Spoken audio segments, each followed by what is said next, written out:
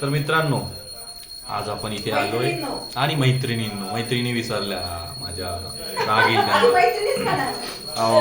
हे बघा, ही आमची मिसेस.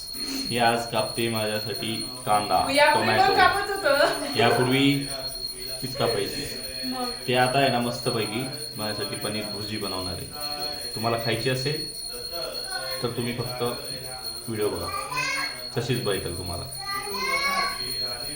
काप. सुरी नाही जमत, नाही आम्हाला विळीच लागते. ओके. आणि हा इकडं पनीर किसायचं काम चालू आहे, बघू शकताय तुम्ही.